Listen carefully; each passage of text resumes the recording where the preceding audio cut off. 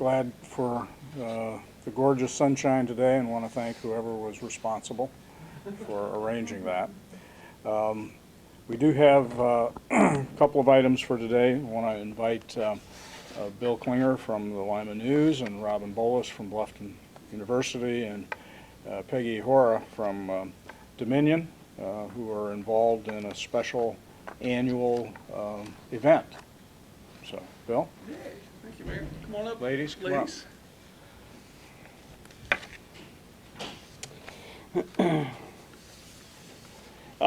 It's hard to believe that it's actually been 10 years since we started this program.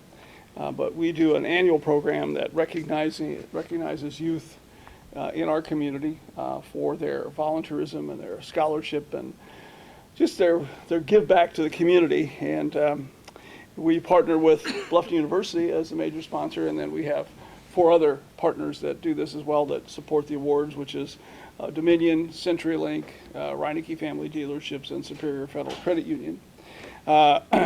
It's not only a great recognition for them, but they also get some money. The top 10 finalists get $100 each, and then the winner gets $1,000 to go towards their education or whatever they feel is appropriate.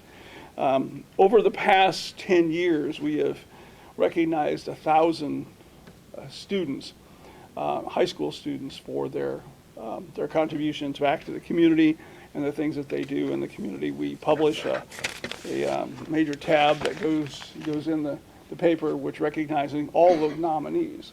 And last year we had 70 students from 26 different high schools that were nominated, so we anticipate we'll have about the same amount this year. There'll be probably 30 high schools from throughout the area that are recognized. So I'm going to have Robin say a couple of things from Bluffton, and Peggy certainly join in because you've been involved with this for a few years, both of you. So. Great. Well, thank you. Thank you, Mayor Berger, for having us here today. Bluffton University is pleased to be the sponsor again for Leaders of Tomorrow. Bill and I were talking, and Bluffton has had an involvement for all 10 years of this program. We've had faculty and staff that were judges in the program, and so it's been our honor for the last 3 years to be one of the primary sponsors of this. And it's a very good fit for Bluffton University. Volunteerism is very important to our student body. All of our students are involved in service in one way or the other.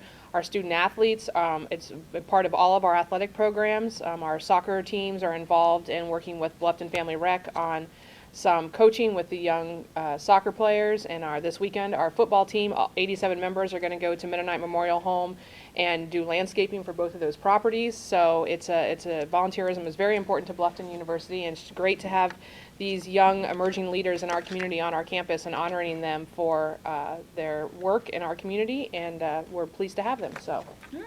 Okay. Peggy? I'll just add, we've been involved the last few years. Claude Clyburn, who was still with CenturyLink at the time, they really were unsure whether or not this program was going to be able to continue, and asked some of us if we would become involved. And I think the thing that strikes me so much, especially probably as the mother of a teenager, is every time that we become exasperated with this younger generation that, every generation is frustrated with the one that follows them. And when you go there and you listen to the stories of what these kids are contributing to their communities at such a young age, it does your heart good to know that everything's going to be just fine, and they're going to step up into the leadership roles and take the place of the people that came before them, and they're doing wonderful, great projects and making huge contributions to their community. And that's the thing that I think impresses me the most when we're on campus, is that it's just such a nice group of kids. And so if you ever get a chance to attend the banquet, it would be great if you wanted to come out and just and get that warm and fuzzy feeling about this next generation of kids. So we're glad to be involved. Yeah. And again, I think the cool thing about it is the fact that we can stand back and recognize them in one way, shape, or form by exposing them to the community of what they do and the things that they have done. And sometimes people don't even realize that how many hours. It just amazes me how many hours some of these kids put in beyond going to school and doing their athletics and doing all the other activities, is what they're doing with their churches or their community groups or things like that. And so this is one way that we think, from our perspective, gives us an opportunity to kind of applaud them for what they do. So, okay. Very good. Thank you. Thank you all, and appreciate all of the effort. The deliberate design of this, of course, is to not only acknowledge kids, it's to encourage others to do the same and create a nice keepsake with that tab. I know that kids that get acknowledged like that, that's something you put away and you save. Families do that. And the whole idea of getting kids involved in volunteer activity and encouraging that is by design to create a lifelong habit.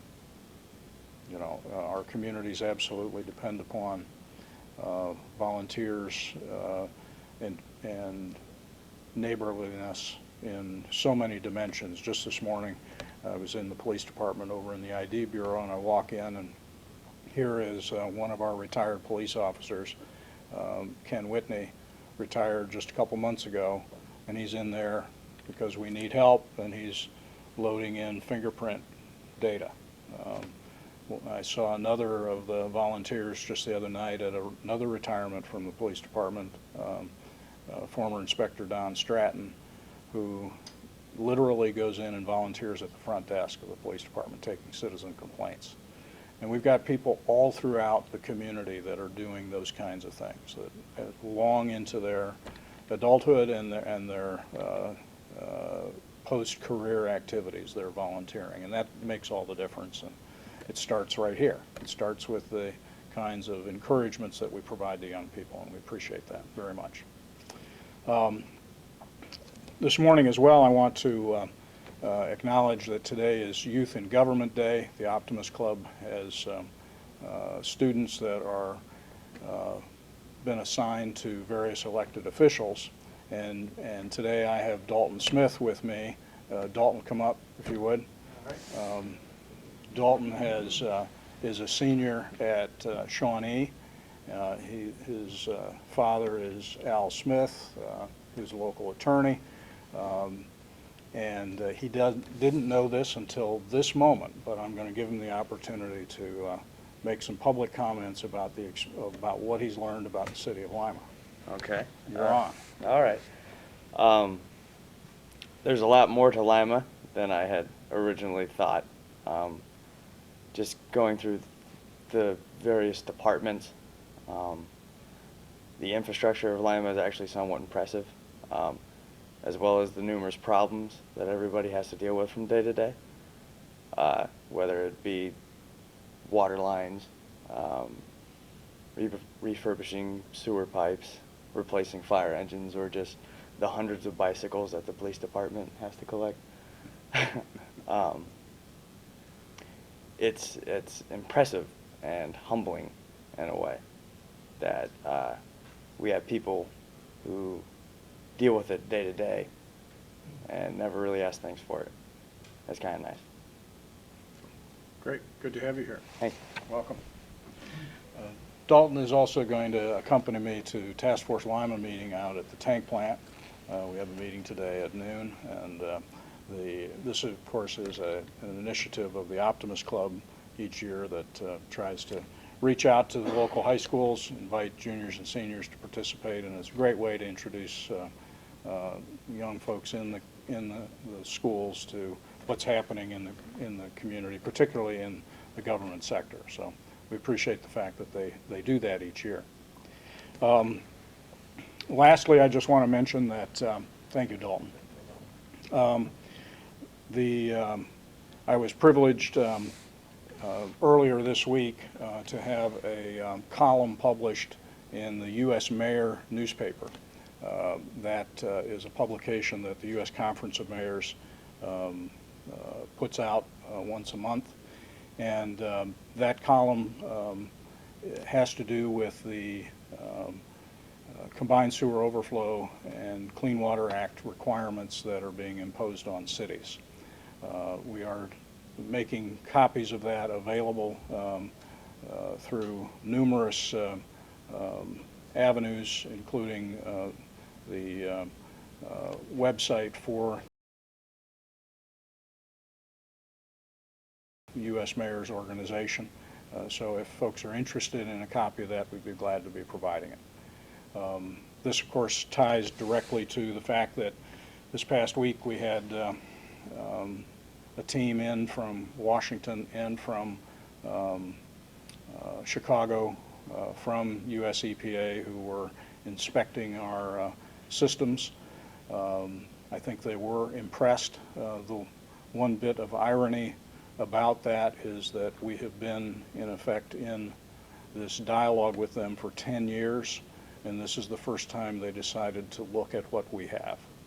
So a little bit of frustration on our end of this dialogue that we've spent the time and the money that we have and still don't have a resolution.